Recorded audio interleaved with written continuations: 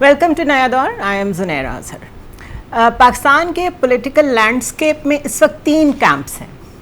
एक कैंप वो है जिसमें JUIF है और पाकिस्तान मुस्लिम लीग नून है। इसको विनिंग हॉर्स कहना चाहिए, इसको वो कैंप कहना चाहिए जो बहुत आराम से और सुकून से इस वक्त बैठे हैं। इनको बहुत अश्योरेंस है, पता नहीं कहाँ से, कि इनकी कबूलियत है, इसलिए मकबूलियत से कोई फ़र्क नहीं पड़ता। दूसरे कैंप में बहुत सारी पार्टीज़ इकट्ठी होती जा रही हैं आहिस्ता आहिस्ता, और उसमें जो एक बड़ा एक नेचुरल सा अलायंस बन रहा है वो पीपल्स पार्टी और PTI का बन रहा है। वो इसलिए कि इन दोनों को इनसिक्योरिटीज़ हैं कि लेवल प्लेइंग फील्ड इस वक्त दस्तयाब नहीं है। JUIF को आप दोनों में रखें क्योंकि वो एक रोज़ एक के साथ होते हैं, दूसरे रोज़ दूसरों के साथ होते हैं। MQM और GDA, इनका भी वज़न उसी तरफ होगा जिस तरफ जीत जा रही होगी।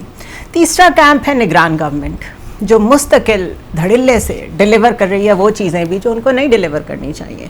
डेवलपमेंट वर्क बहुत हो रहा है, प्राइवेटाइजेशन की तरफ बहुत स्पीड से जाया जा रहा है, और अगर आप उनसे बात करें तो उनका कॉन्फिडेंस भी ओवरवेलमिंग है।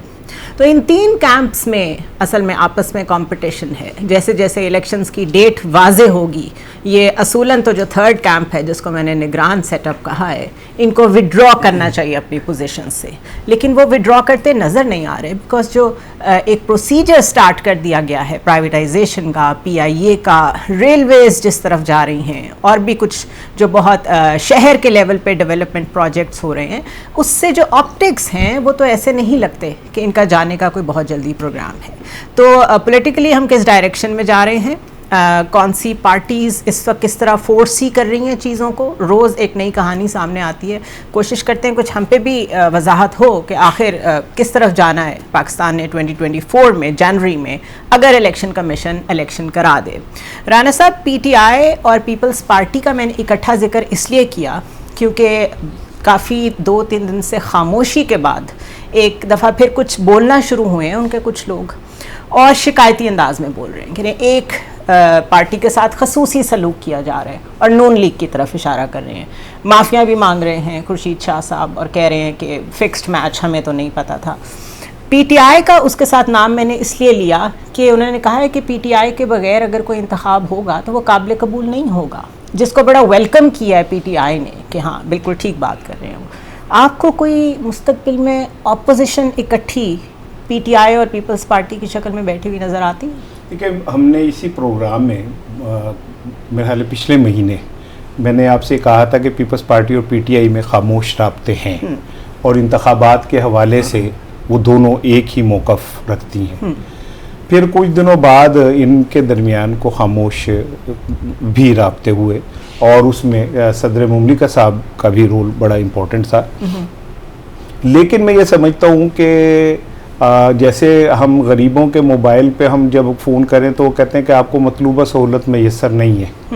मैं नहीं समझता कि पीपल्स पार्टी को इतनी मतलूबा सहूलत मैसर है कि वो अपोजिशन में चली जाए।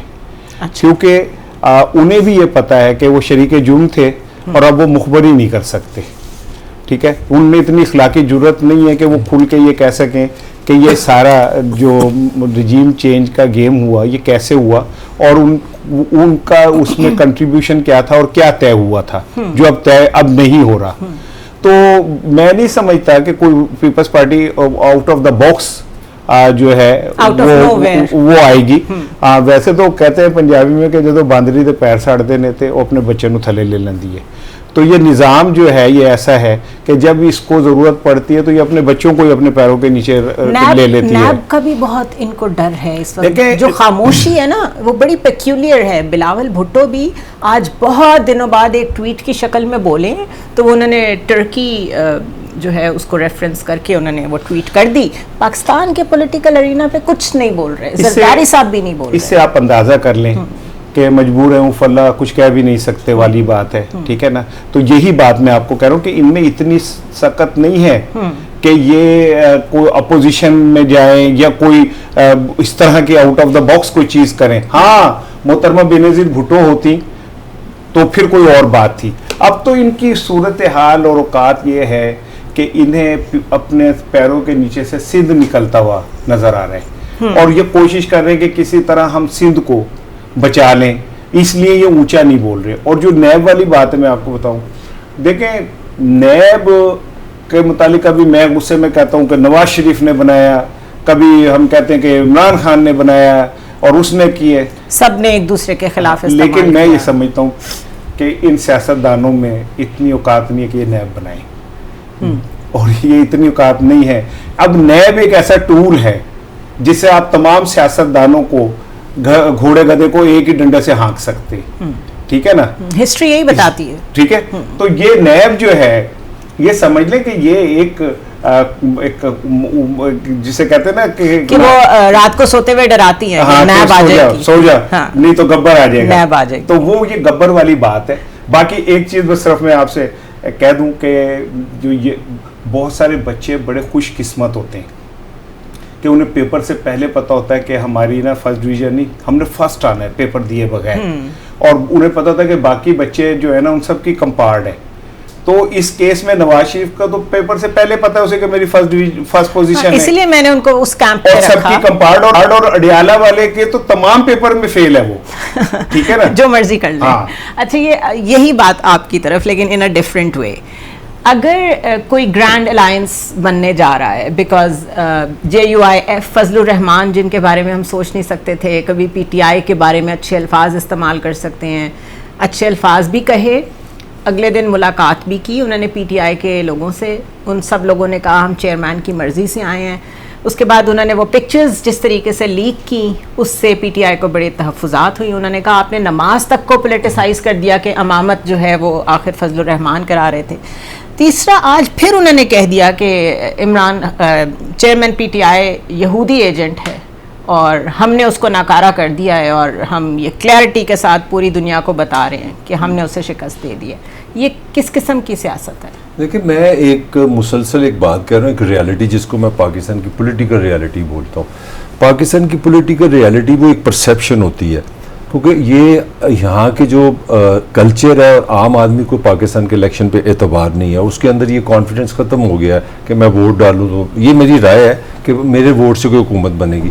तो इसमें मैं इसीलिए कहता हूँ कि नून इनमें से सबसे ज़्यादा चालाक है पॉलिटिकल। वो इस तरह चालाक है कि उन्होंने ये परसेप्शन दे दी, और ख़ास तौर पे जब आपके क्रिटिसिज्म चल रहा था कि आप डरते हैं, आप आएंगे नहीं, आप इश्तिहारी हैं, आप जेल में चले जाएंगे, आपका भाई भी जेल में है, आपका जो भतीजा है उस पर भी केस है, मरियम भी है, दामाद भी है। तो एकदम जब इतनी डार्कनेस, इतनी रोशनी हुई तो वो परसेप्शन बन गई। एक पॉइंट तो इसमें ये है। अब आगे चलते हैं, उसका फ़ायदा ये होगा कि उससे आप देखें नून आगे 1-2 महीने में देखेंगे इस परसेप्शन को वो मजीद बढ़ाएंगे कि we are the winning horse. तो ये पाकिस्तान की रियलिटी है। अब मैं आता हूँ दूसरी तरफ, PTI की तरफ। मेरा ये क्रिटिसिज्म है जो मैं हमेशा कहता हूँ कि PTI भी पावर स्ट्रगल में है, मगर फेस बना लिया अखलाकियात का। अब आपने अखलाक का फेस बना लिया, और देखें मौलाना ने कितनी पॉलिटिकल चलाकी की है कि उन्होंने 5 साल बड़ी तनकीद ली है। उन्होंने नमाज भी दिखा दी, मुस्कुराहटें भी दिखा दी, और स्माइलें भी दिखा दी। उन्होंने ये मेरे पास अफसोस करने आए थे।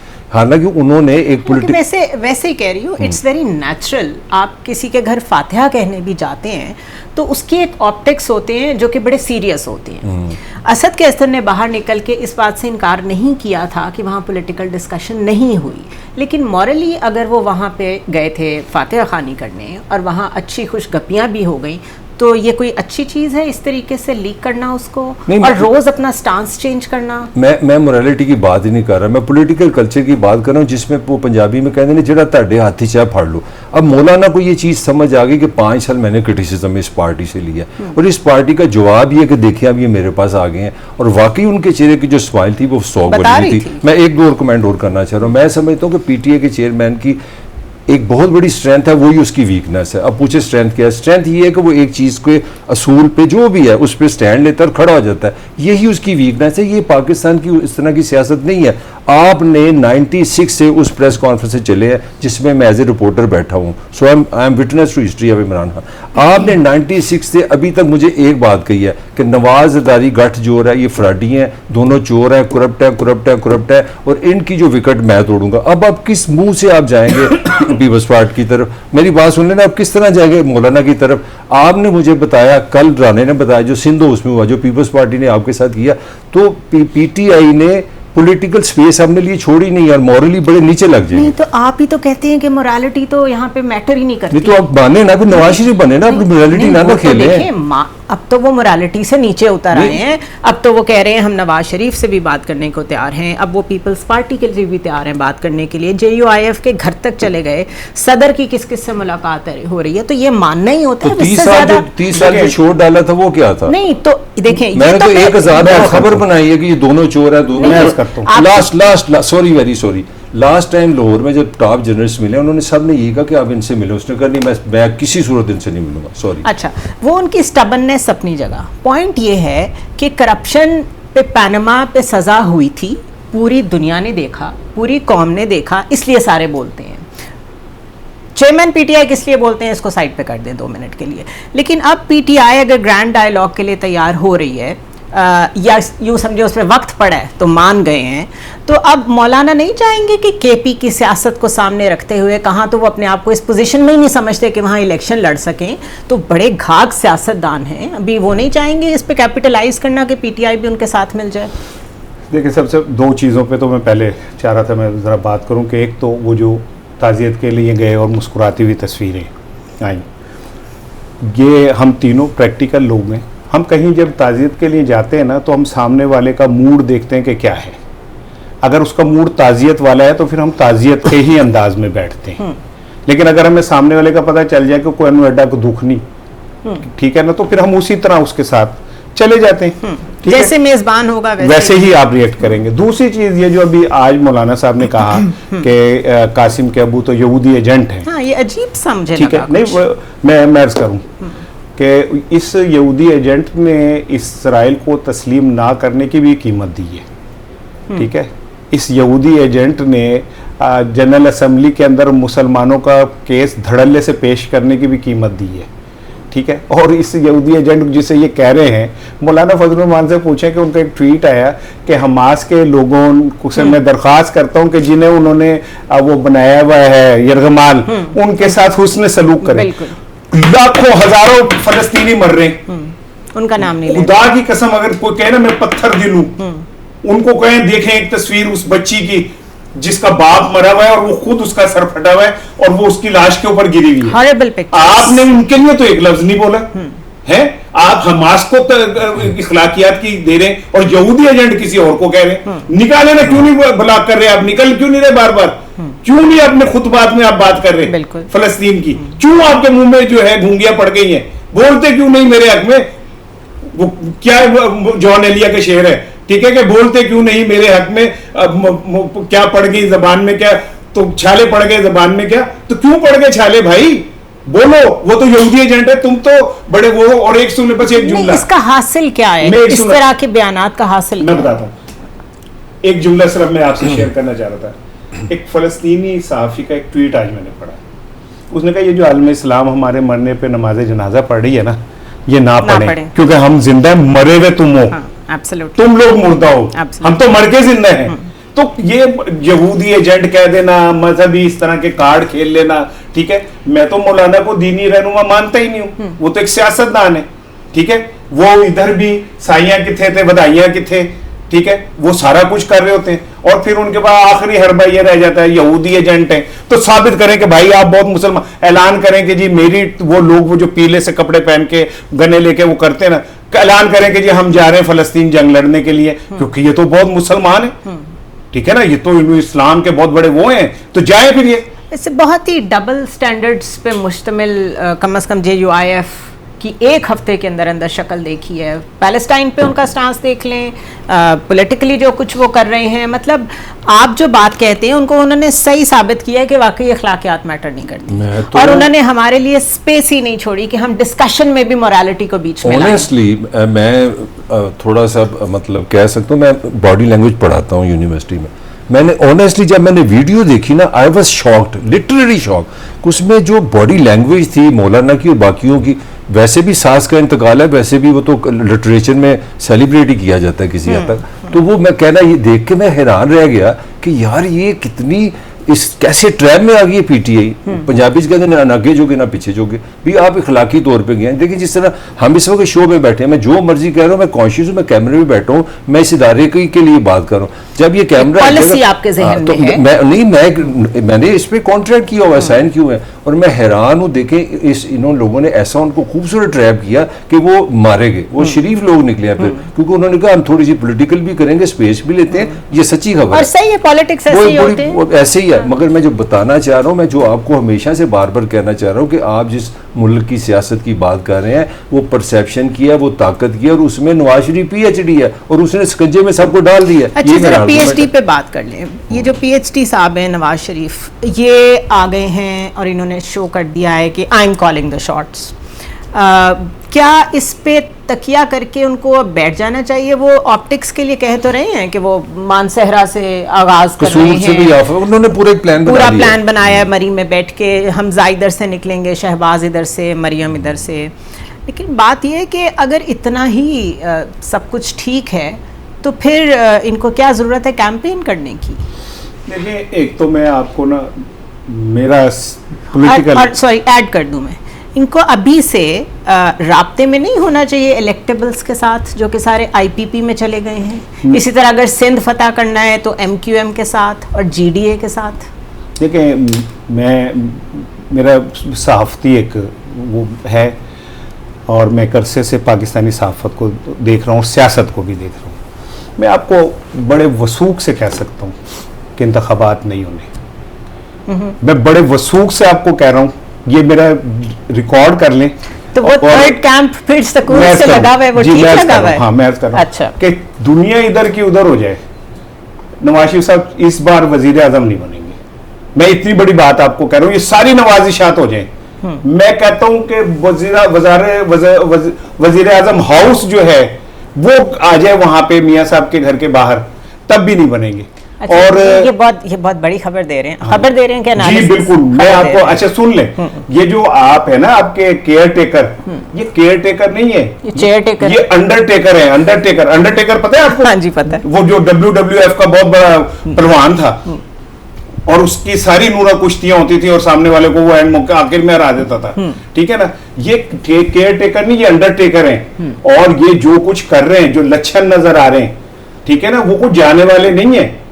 आप नकवी साहब की मूवमेंट को देख लें, ठीक है, वो जितने बड़े बड़े प्रोजेक्ट्स को उन्होंने हाथ डाला है, ठीक है, वो नहीं, और जिस तरह वो अपनी रिट एजर्ट कर रहे हैं, जिस तरह वो शहर में पहुंचते हैं, वो नवाज शरीफ और शहबाज शरीफ वाले वजारत आला वाले टाइम्स याद आ जाते हैं। ये कूड़ा यहाँ क्यों पड़ा है, उन्होंने बरहमी का इजहार किया, उन्होंने ये किया, वो तो कंप्लीट वजीर आला है इस वक्त। एक ना राना साहब के घर चोर आ गए।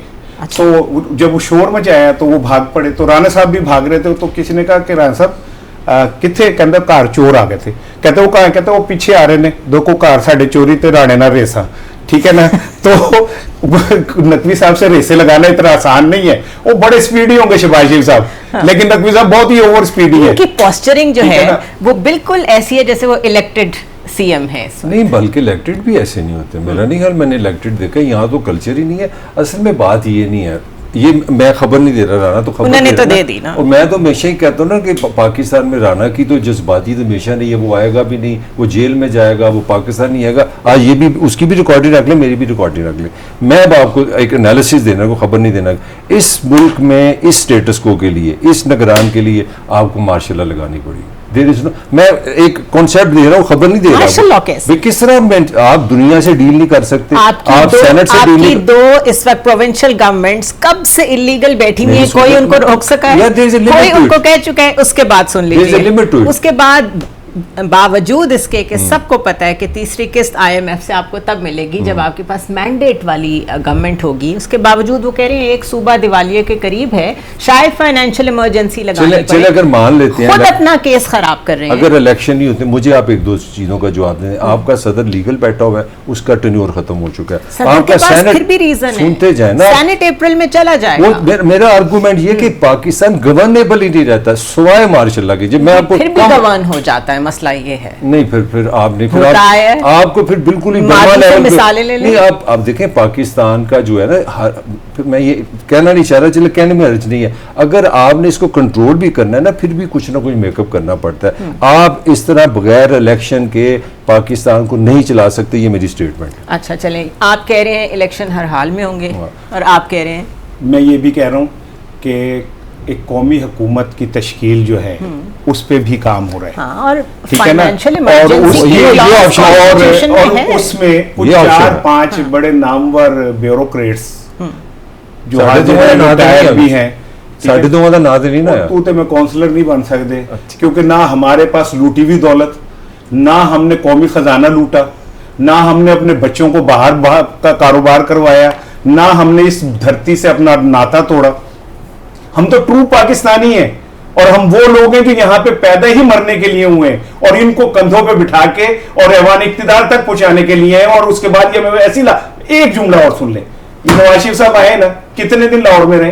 पुरफिजा मुकाम पे, पुरफिजा मुकाम पे वो चले गए हैं, क्योंकि उन्हें लाहौर की पॉल्यूशन कबूल नहीं है। और हम मर रहे हैं इस मुल्क के अंदर, हम इस सूबे के अंदर मर रहे हैं इस पॉल्यूशन के अंदर, मेरा बच्चा मर रहा है। सही कहा, तुम जाके उठ के मरी जाके बैठ के, क्योंकि आपने पुरफिजा माहौल में रहना है। आप चाहते हैं उनके प्लेटलेट्स फिर नीचे चले जाएं? प्लेटलेट्स की भी मैं आपको एक बात बताऊं कि ये जो प्लेटलेट्स है ना, ये स्टॉक एक्सचेंज की तरह ऊपर चढ़ते और नीचे उतरते रहते हैं। अच्छा। ठीक है, जब अच्छा रेट लगता है चढ़ जाते हैं, जब कम लगता है नीचे गिर जाते हैं। लेकिन सवाल मेरा फिर वही है मलिक साहब, लाहौर दुनिया का सबसे पॉल्यूटेड शहर है, ठीक है, क्या इस मुल्क, इस शहर के अंदर 7 दफा मुस्लिम लीग नून वजीर आला नहीं रही?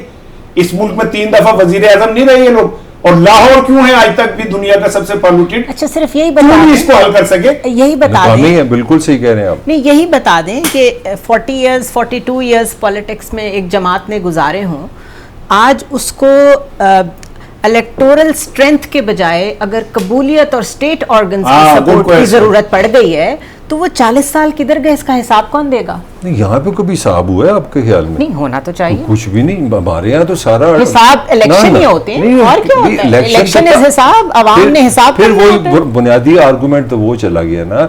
इनको तो मैं समझता हूँ पॉलिटिकल पार्टी कहना नाजायज बात है। ये किस तरह की पॉलिटिकल पार्टी? और क्या है ये भाई? ये तो ग्रुप्स है, पावर ग्रुप्स है। मेरा तो आर्गुमेंट ही आपसे ये चल रहा है कि ये पावर ब्रोकर्स हैं, ये इंटेलिजेंट लोग हैं, इनको पता है कि पाकिस्तान का सिस्टम किस तरह चलता है। हाँ, एक मैं बात एडिशनल करना चाह रहा हूँ राना साहब, आपके लिए और आपके लिए, पाकिस्तान में जो निज़ाम आएगा कहाँ से आएगा, वो आप जितनी मर्जी मुझे कौमी हुकूमतें बता दें, मैं आपको अपनी एक छोटी मोटी सोच से बताना चाह रहा हूँ।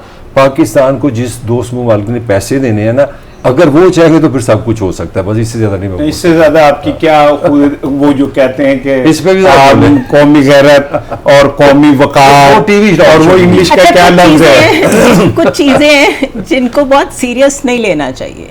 एक तो ये कि सादा सी मगर पकार तकरीब हुई, उसके बाद बाहमी दिलचस्पी के अमूर पे तबादला ख्याल किया, गहरे दुख का इजहार किया, रंज का इजहार किया, रिपोर्ट तलब कर ली। हाँ, रिपोर्ट तलब कर ली, असूलों पे समझौता नहीं होगा, बरहमी का इजहार किया, आइंदा से ऐसे नहीं होगा, नई डगर पे लेके जाएंगे। ये जो सारी चीज़ें हैं ना, ये मेरी आपसे दरख्वास्त है, क्योंकि इलेक्शंस आने वाले हैं, प्लीज़ इन पे यकीन ना कीजिएगा, लेकिन डिस्कशन हमारी जारी है। स्टे विद अस।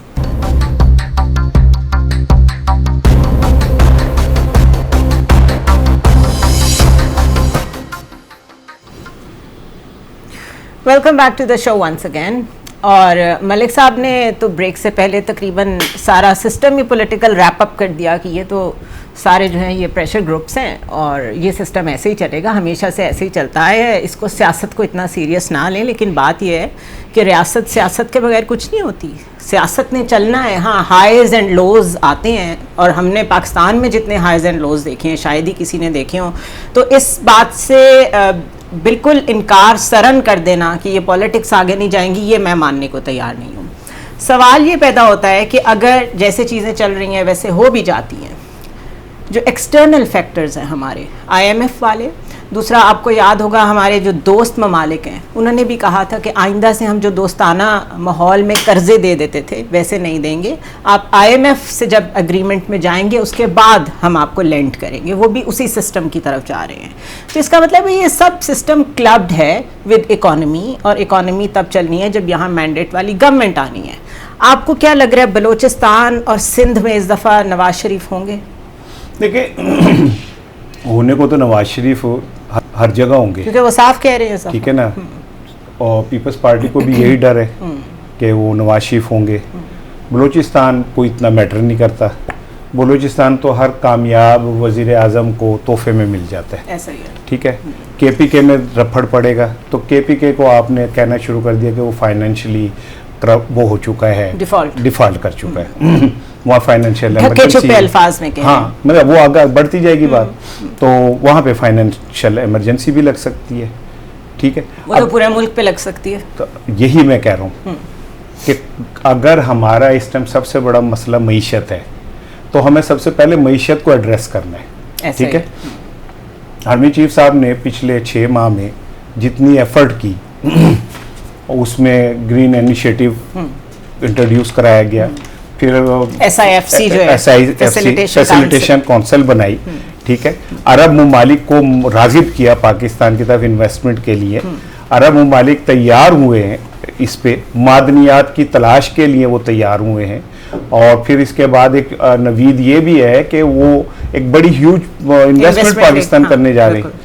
तो फिर इसका मतलब ये हुआ कि हमारी सबसे बड़ी प्रायोरिटी तो इकोनॉमी है, जिंदा रहेंगे तो जमहूरियत और सारी चीज़ें रहेंगी। तो मैं ये समझता हूँ कि ये सियासत या इलेक्शन और फिर वही लोग ताश के 52 पत्ते, पंजे छिक्के सत्ते, सबके सब हर जाई, ठीक है। कभी यूं करते हैं तो ऊपर बेगम आ जाती है, कभी करते हैं जो और हाँ, और अगर कभी आपने ताश नहीं खेलनी तो 4 जोकर बाहर रखे होते हैं, वो 4 जोकर उठा के आप ताश में रख देते हो कि जोकर ऊपर आ जाते हैं। तो मैं ये समझता हूँ कि पाकिस्तान का सबसे बड़ा इस टाइम मसला मईशत है, और मईशत ही एड्रेस होगी। मैं आपको जो लफ्ज ये कह रहा हूँ कि मईशत ही एड्रेस होगी, तो इसका मतलब ये कि प्रायोरिटी मईशत ही है। ये सियासत, जमहूरियत, ये फजूल किस्म के एक दूसरे के खिलाफ दशनाम तराजियां, ये यहूदी है, ये वो, ये तो 75 साल से सुन रहे हैं हम। ये तो पेट भरने के लिए, मीडिया के लिए है। क्या और क्या है? नवाज शरीफ साहब ने तकरीर की, कहते बताओ गुर्बत खत्म करोगे, और जेड़े भुखे मरंडे ने उनसे पूछ रहे हैं। हाँ, ये मुझे भी तो ये आपका अगर एजेंडा है, समझाएंगे मेरे ख्याल में ये इस सवाल का जवाब आप समझा सकते हैं। देखिए, हमारे यहाँ मीडिया में बहुत जिक्र होता है इकॉनमी, थोड़ा सा इस पे ज़रा बड़ा अच्छा टॉपिक आपने शुरू किया। मैं आपको थोड़ा सा बतौर स्टूडेंट ऑफ पाकिस्तान इकॉनमी कुछ बताना चाह रहा हूँ। देखिए, एक मुल्क जो होता है, ये रियासत होती है, वो टैक्स लेता है, फिर टैक्स से वो चीज़ें खर्च करता है। तो मैं आपको बता दूं, जो हमारा टारगेट है वो तकरीबन 8 या 9 हज़ार अरब रुपए का है हमारी हुकूमत का, कि हम 9 हज़ार अरब रुपए टैक्स इकट्ठे करेंगे और ये रियासत चलाएंगे। अब आप 1 मिनट के लिए ज़रा गौर से मुझे सुनते जाए कि आप पाकिस्तान की वज़ीर आज़म है, मैंने आपको 9 हज़ार अरब रुपए दे दिए टैक्स इकट्ठा करके, अब आपने उसमें खर्च ना क्या किया। आपका जो बजट का हिसारा वो 1000 अरब रुपए का है, हिस्टोरिक आप कर गए हैं। पहली बात, आपकी जो अशराफी है, जो पाकिस्तान की लीडिंग जो अमीर लोग हैं, हुक्मरान लोग हैं, वो 2000 अरब रुपए की मराद वो खुद ले लेते हैं। 3000 हो गया। आगे चलते हैं, गैस पे आता हूँ। ये मैं जो सुई गैस घरों में आती है, इसका जो खसारा कह लें या कर्जा कह लें, 2900 अरब रुपए, 2900 अरब। आगे यही सर्कुलर डेट ही बता रहा हूँ। आगे मैं आ गया बिजली पे कितना, 2500 अरब। आगे वहां तो पेट्रोल पे 1000 अरब, PIA 700 अरब। आगे सुनती जाए कि आपका जो तजारती खसारा है, अगर आप जो PTA में हिस्टोरिक हुआ है, जो आप दुनिया को एक्सपोर्ट की 30 बिलियन, जो चीज़ें आपने खरीदी 80 बिलियन, यानी कि 10,000 अरब रुपए का हमारा डेफिसिट। बाय द वे, जो कर्ज लेने की शरह थी वो पिछली गवर्नमेंट की हिस्टोरिक थी, बिल्कुल सही है। अब लास्ट मैं बता दूं, अभी ये जितने मैंने आपको बता रहा, अभी मैं डिफेंस में नहीं आया, जो मेरी लाइफ लाइन है, जिसने मुझे बचाना है। 3000 अरब आपका क्या है कर्जा और सूद का खर्चा। मैंने आपको 10,000 दिए, अभी आप बैठी नहीं है, अभी आप सीट पे भी नहीं बैठी पाकिस्तान चलाने के लिए, और आपको पता है कि ये तो आपने आपके 10,000 मैंने आपको दिए, तो 20,000 तो वहीं चले गए। राना साहब, अभी आपने मुल्क बचाना है, और आप जहाँ रहते हैं आपको बताने की जरूरत नहीं आपके दाएं बाएं क्या है, ठीक है। फिर आपको ये भी बताने की जरूरत नहीं, 24 करोड़ लोगों को आपने पानी भी देना है, 24 करोड़ लोगों की सेहत का भी आपने कुछ करना है, आपने सड़कें भी बनानी है। मुझे बताने इकोनॉमी का प्लान किसके पास है? मेरा आपसे सेहत देनी है, वो मरी में जाके बैठ गए हैं, वो अपनी सेहत ही ठीक कर। अभी एक अजीब सा सवाल, जरा बात करें ना, चैलेंज क्या है सर? चैलेंज मुझे, आप कहते थे कि मियाँ साहब बहुत समझदार हैं, उनको इन सारे माली मामलात का पता है, वो पैसे लेके आ रहे हैं उनके गारंटर्स हैं और वो ये सब ठीक करेंगे। आज आप भी पूछ रहे हैं कि प्लान किसके पास है, तो उन्होंने तो आवाम से पूछ लिया। मैं जवाब देता हूँ, सॉरी मैं टाइम ले रहा हूँ।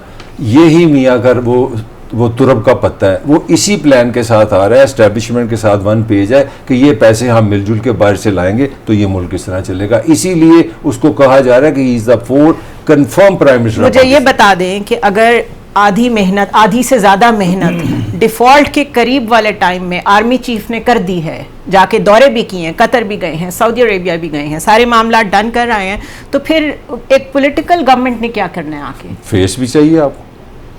वो क्या फेस चाहिए? क्यों फेस चाहिए? सुने ना भाई, सुने तो फाइनेंशियल इमरजेंसी ये वो जब शहबाज शरीफ गए थे फेस वडे, तो क्रेडिबिलिटी तो आर्मी चीफ की थी, जिन्होंने फोन करके और राब्ते करके मेक श्योर किया कि आप ये हम इस मौके पे हमारे साथ खड़े हो। शहबाज शरीफ ने तो कोई रुपया देने थे आर्मी से, मुलाकात नहीं हो रही थी, मुलाकात नहीं हो रही थी।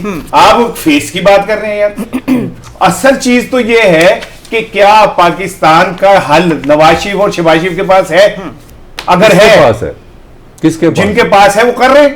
आपकी इकोनॉमी कहां से नहीं, ये जॉइंट वेंचर बनेगा। मैं प्रेजेंट आपको सेटअप के बारे में बता रहा हूँ। ये जो कमिंग सेटअप है उसमें ये जॉइंट वेंचर है, ये 1 पेज है between establishment and Nawaz Sharif, और उसमें बेसिक काम यही है कि आप पाकिस्तान के अंदर एग्रीकल्चर की डेवलपमेंट होगी, जो भी होगा 40 साल के बाद एक दफा फिर वही शख्स आके एक नया प्लान बना के हमें खुशहाल कर देगा। ये दूसरा बंदा ले आए, मैं तो चैलेंज कर रहा हूं, दूसरा बंदा ले, ये लॉजिक मुझे तो समझ नहीं आ रहा। आप अडियाला से निकाल रहे हैं अपने चेयरमैन, वो नहीं छोड़े ना। मैं तो अडियाला का नाम ही नहीं ले रहा, मैंने तो आपको अपने आपके प्रोग्राम में बता दिया। बिलावल भुट्टो, मैं आपके प्रोग्राम में बता रहा हूँ, बिलावल भुट्टो। और नहीं छोड़े भी कांट है वो छोड़े। मैं तो आपको कह रहा हूँ कि कुछ नए फेसेस जो हैं वो भी आ सकते हैं, और जो क्रेडिबल भी हो, जो एक्सपीरियंस भी हो, और क्या, और उसके लिए बाहर से अप्रूवल भी हो, है उसके लिए बाहर से भी अप्रूवल। जवाब दो ना, नेशनल गवर्नमेंट की बात कर रहे हैं वो, मैं नेशनल को, और फिर मैं हुस्न जन अब भी रखता हूँ कि पाकिस्तान इतना लंगड़ा लूला नहीं है कि हम हर बाहर वाले की बात मान के और वो कर ले कुछ फैसले हम अपने कर सकते हैं। इमोशनलिज्म ना चलाओ, इमोशनलिज्म किसमें क्या ऐसे तो मांगते रहते हो, क्या लॉजिक? इमोशनलिज्म है क्या, किस तरह चलाओ? मैंने बताया सुने ना, इमोशनलिज्म ये है कि आप यहाँ पे कहें नवाज शरीफ आ रहे हैं तो वो आके देखो सारे मुल्क के मसाइल हल कर देगा। This is what the emotionalism जनाब के लिए है। मैं रैशनली पूछ रहा हूँ पाकिस्तान को किस तरह चलाओगे एक्सटर्नल हेल्प के बगैर, मेरा ये सवाल है। अगर सऊदी अरेबिया और कतर इन्वेस्टमेंट के लिए नवाज शरीफ के आने से पहले ही तैयार हो चुके हैं, मेरा क्वेश्चन सिर्फ ये है, तो फिर क्या कंट्रीब्यूट ऐसा खास करेंगे नवाज शरीफ आके कि हम ये समझें कि हाँ ये बिल्कुल जायज़ है, उनको वापस ला के आप तख्त सौंप दें? प्रॉब्लम है इसकी, अगर फिर ये सेटअप चल रहा है और ये मसाइल हल कर रहा है तो ठीक है, चल। मैंने एक लफ्ज यूज किया जॉइंट वेंचर। जॉइंट वेंचर का मतलब है मैंने ये कंपनी लिमिटेड नहीं है कि जॉइंट वेंचर चलेगा। नहीं, मैं तो आपको खबर दे रहा हूँ कि ये जो नवाज शरीफ की सारी प्लानिंग है वो एस्टेब्लिशमेंट के साथ है, और उसमें आपके दोस्त ममालिक इन्वेस्टमेंट जो आपने प्लान बनाया है उसमें आपकी दातें, आपकी जो मादनियात है, आपकी एग्रीकल्चर है, आपके इदारे हैं, this is a joint venture. यही तो मैं आपको बता रहा हूं। आपका मतलब है कि वो एक बंदा बड़े स्मूथली साइकिल चला रहा है और वो गा रहा है मियां साहब को देख के आ जाते बह जा साइकिल पे, ठीक है ना, वो मेरे नाल बह जा है, साइकिल वो चला रहा है, तो स्पीड उसकी है, मतलब मियां साहब को कहके आ जा तू मेरे पीछे, गड्डी मैं मंगानी है, पेट्रोल तू पवा ली है, वो ये कह रहे हैं। आप क्या पता नहीं बात है टॉपिक में ना, मतलब ऐसे ही मतलब कहीं और निकल जाते हैं। ये बताएं कि कोई पीटीआई का फ्यूचर नजर आ रहा है? बड़ा डार्क है। ओ डार्क है, ब्राइट है,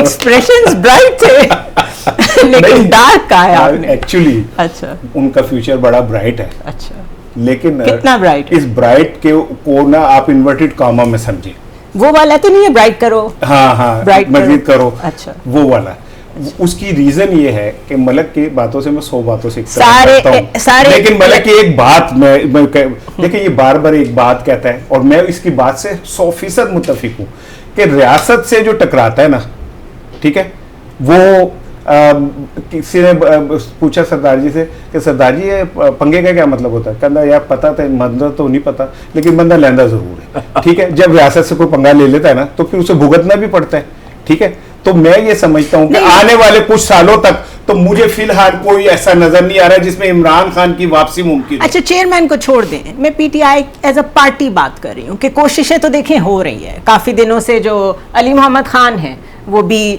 नेशनल डायलॉग, ग्रैंड डायलॉग, ऐसी बातें करना शुरू हो गए हैं। मुस्तफ़ा नवाज़ खोखर पहले की कर रहे थे, खाकान अब्बासी री इमेजिनिंग पाकिस्तान एक पहले से चल रहा था। कहीं कोई एक्सेप्टेंस बाकी जमातों में नज़र आ रही है पीटीआई की? मैं ये जानना चाह रही हूँ एज अ जमात। अगर आप माइनस इमरान खान की जमात बनाते हैं ना, जमात बन जाएगी। आईपीपी भी एक्चुअली पीटीआई का ही सेकंड वर्जन है ना। हाँ, लेकिन इस वक्त जो उनकी स्ट्रैटेजी है कि हम उन्होंने कहा है भरपूर इंतखाबात की, चेयरमैन ने हदायत दी हैं कि तैयारी करें जब भी इलेक्शन की। हम वो किस बेस पे तैयार हैं जब आपके विनिंग हॉर्सेस ही मौजूद नहीं हैं? ये बहुत सारे जो बयानात आ रहे हैं ना, ये बयानात की कोई क्रेडिबिलिटी नहीं है कि वो अंदर से इमरान खान ने कहा कि मुस्लिम लीग नून से भी मुज़ाकरात कर लो। जब ये मीडिया फजलुर रहमान से मिलने गए हैं तो वो कह रहे हैं हम चेयरमैन की मर्जी से गए। बिल्कुल, मेरी अर्ज सुन लें कि वो जो मर्जी कहें, ठीक है ना। मैं कुछ जरा थोड़ा सा वो मोहतात बात करता हूँ कि वो जो मर्जी कहें, जरूरी नहीं है कि वो उन्होंने ही कहा हो। और other than minus Imran Khan, उनकी मर्जी शामिल हो, माइनस इमरान खान, मेरी बात लिख लें, कोई पीटीआई नहीं है, कोई तहरीक इंसाफ नहीं है, कोई बंदा क्रेडिबल नहीं है। हाँ, अगर वो खड़ा हो जाता है, उसका चेहरा नजर आ जाता है, तो फिर ये माहौल ही सारा बदल जाएगा।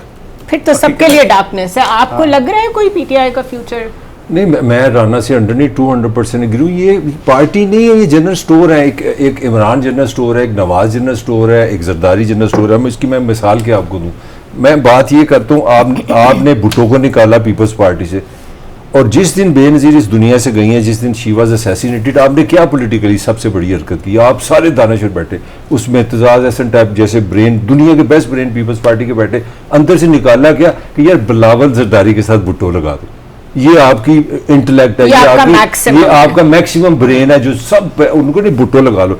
अब दुनिया में मुझे कोई आप सियासी जमात दिखा दे जिसका नाम मुस्लिम लीग ना हो, नाम ही नून हो, नून का मतलब नवाज शरीफ, और पूरी मुस्लिम लीग नून में क्या स्ट्रगल थी कि नहीं यार बहुत हो गया, मियाँ साहब वापस आइए, मियाँ साहब। मैं आपको कल्चर की बात, लब्बैक कितनी बड़ी एक कहते हैं स्ट्रॉन्ग पार्टी है।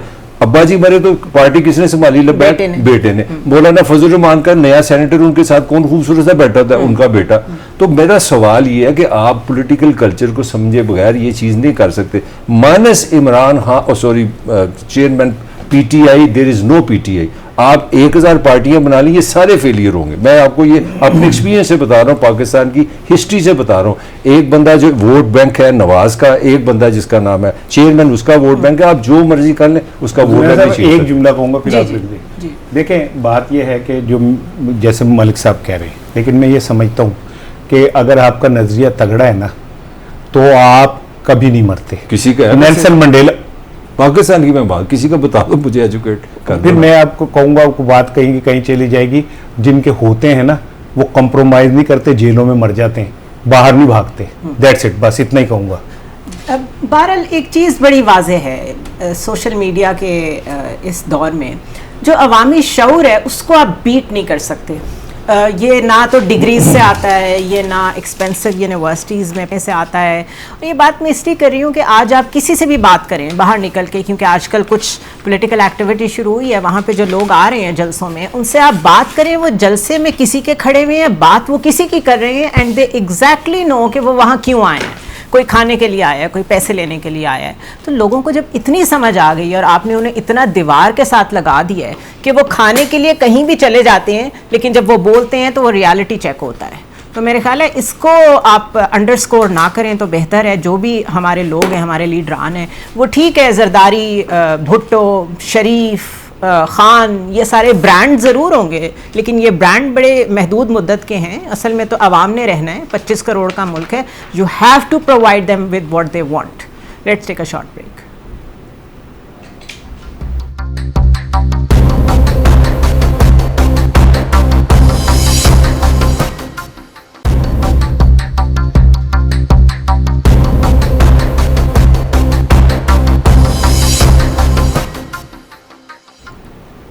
Welcome back once again. और कुछ प्राइवेटाइजेशन पे बात करते हैं।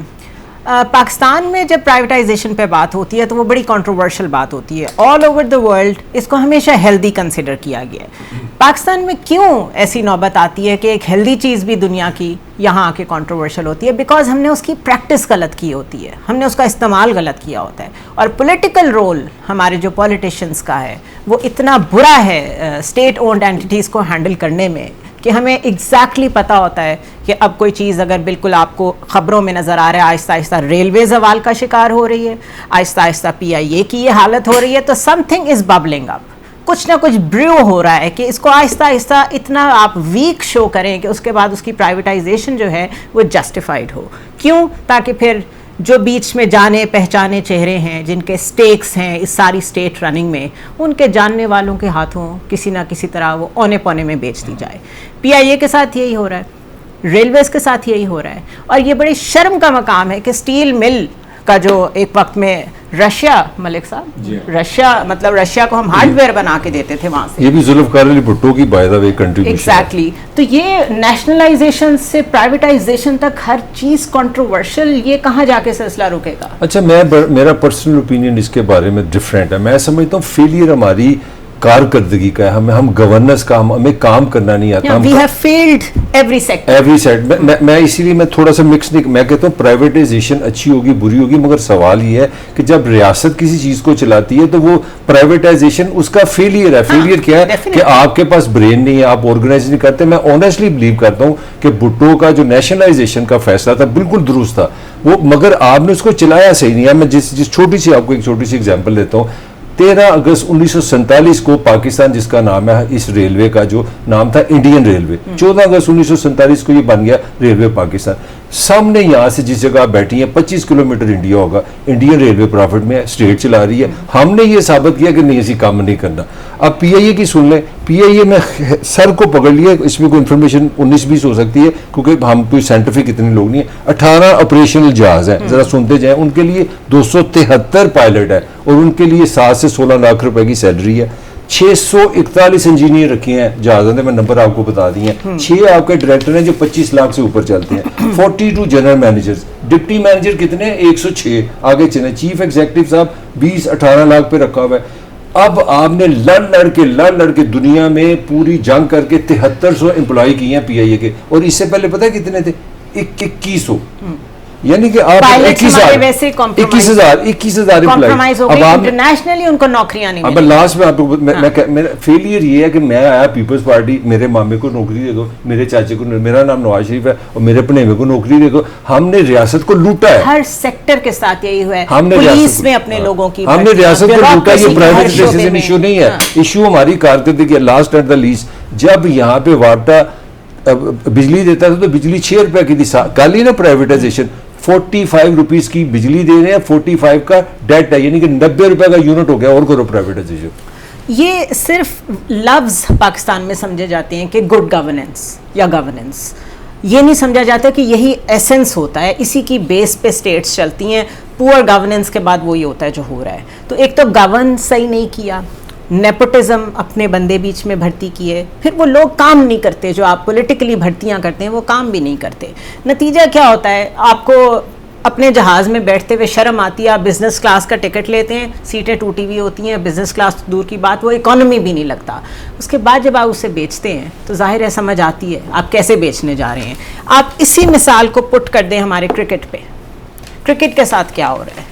एक चेयरमैन जाता है, दूसरा आता है, पिछले के ऊपर केसेस बन जाते हैं, फिर वो बुरा हो जाता है। साफ पता है किस पार्टी का कौन सा चेयरमैन है। अब फलां पार्टी, जैसे आजकल जरदारी साहब ने प्रेशर डाला हुआ है कि ज़का अशरफ को एक्सटेंशन दें, तो ज़का अशरफ साहब से बात करें तो वो कहते हैं, उन्होंने 5 चीज़ें कही हैं, आप ज़रा इस पर कॉमेंट कर दें।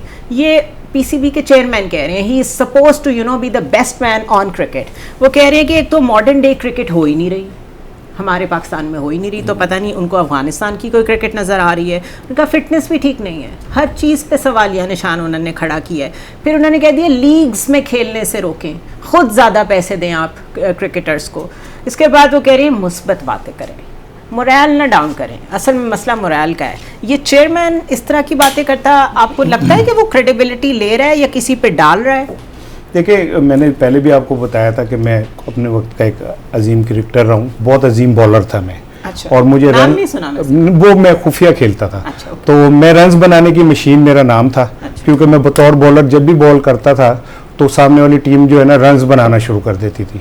तो वो मुझे कहते थे कि रन्स बनाने की मशीन है, जब भी बॉल करेगा स्कोर ही स्कोर करेंगे, रन्स बनाएंगे। तो मेरा तजर्बा बहुत ज़्यादा है। अभी जो आपने चेयरमैन साहब की बात की कि मॉडर्न क्रिकेट, और फिर दो चीज़ें और आपने कोई कही थी, वो कह रहे हैं फिटनेस भी ठीक नहीं फिटनेस है, ठीक है, लीग में खेलने चले जाते हैं। अब आप सुन लें,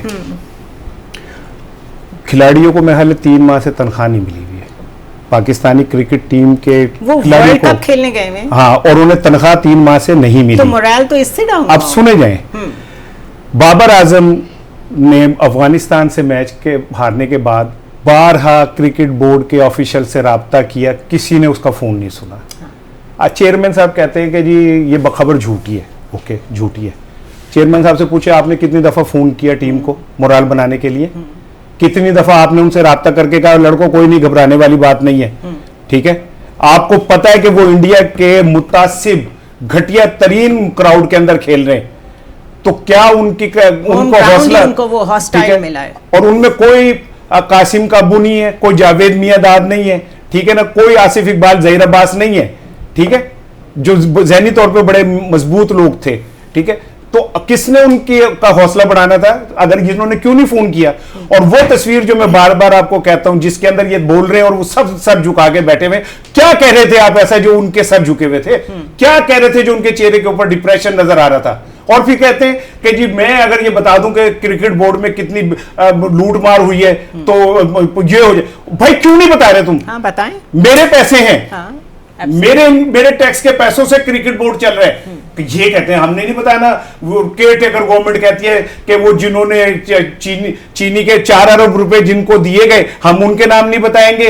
फिर कोई कह देता है कि जी जो सियासतदान ईरान से पेट्रोल वो कर रहे थे हम उन्हें नहीं बताए, हम उसके नाम नहीं बताए। क्यों नहीं बताएंगे? कौम का हक है भाई, बताओ किसने लूटा है, कौन है लुटेरा। और मलिक साहब के साथ जाइएगा, मुझे एक बात का जवाब दीजिए कि आप कहते हैं कि जी ये जो लड़के हैं मॉडर्न क्रिकेट नहीं खेल रहे, ये जो आपने कोच रखे हुए ये 1902 के कोच हैं, दुनिया के जदीद तरीन कोच हैं।